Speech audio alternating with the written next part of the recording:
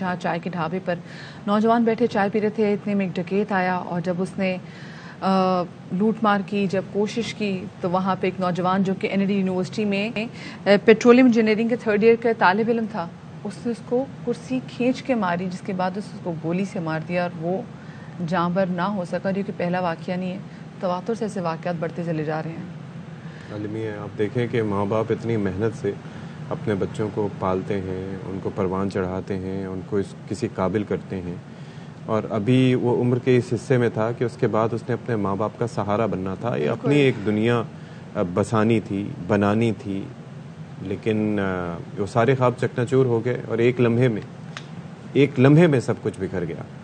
बिल्कुल जी। और इस वक्त हमारे नुमाइंदे अफसल खान बिलाल के घर के बाहर मौजूद हैं, उनसे मज़ीद जानेंगे। अफसल, जवान मौत है और जवान मौत पे तो कहते हैं आसमान भी रोता है। आप हमारी टीम की तरफ से, चैनल की तरफ से भी उनको पुरसा ज़रूर दीजिएगा। इस वक्त सूरत हाल क्या है? कोई फुटेज हमारे सामने आ गई, कोई गिरफ्तारी अमल में आई है, हुआ क्या था? जी देखिए, गिरफ्तारी तो कोई अमल में नहीं आई है और अब जो बिलाल का इलाका है दस्तगीर, वहाँ मैं मौजूद हूँ। बिलाल की जो लाश है वो इस वक्त सर्दखाने में मौजूद है। वर्षा का कहना है कि सर्दखाने से जो लाश है वो 12 बजे के बाद यहाँ मुंतकिल की जाएगी और नमाज जुम्मा के बाद नमाज जनाजा होगा, जिसके बाद तदफीन होगी। दूसरी जानिब वाक़े का मुकदमा भी अभी तक दर्ज नहीं हुआ है। पुलिस से हमारी बात हुई है तो पुलिस का कहना है कि वो वर्षा के साथ राब्ते में हैं। जैसे ही वो नमाज जनाजा से फारिग होते हैं तो उसके बाद उनकी मुद्दत में मुमकिन तौर पर यह मुकदमा दर्ज किया जाएगा। लेकिन बात वही है कि पुलिस शायद शवाहिद इकट्ठे करने और FIR दर्ज करने वाला इदारा बन के रह गया है।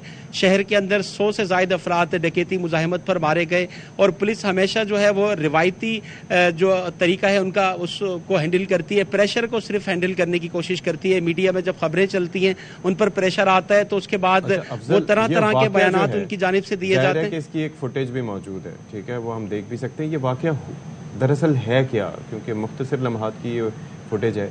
ये चाय पी रहे थे होटल में बैठ के, दरहकीकत इस वाक़े से मुतालिक हमें बताइएगा।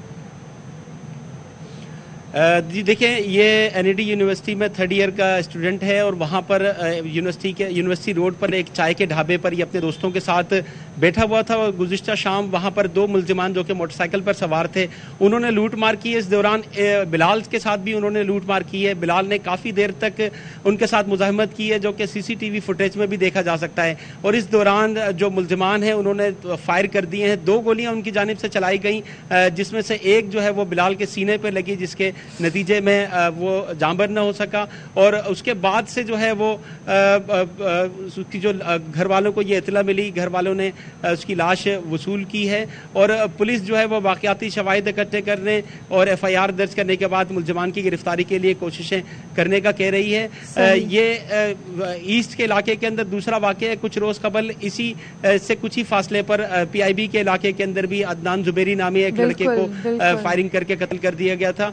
तो ये वाकयात मुसलसल बढ़ते चले जा रहे हैं, लेकिन पुलिस की जानिब से पुलिस के पास हल कोई ना दिखाई नहीं दे रहा है इसका कि वाकयात रोकने कैसे। बहुत शुक्रिया जी। अफसल खान हमारे नुमाइंदे हमारे साथ मौजूद थे। देखिए, स्टेट्स में ना काम किया जाता है गन्स लॉ पे।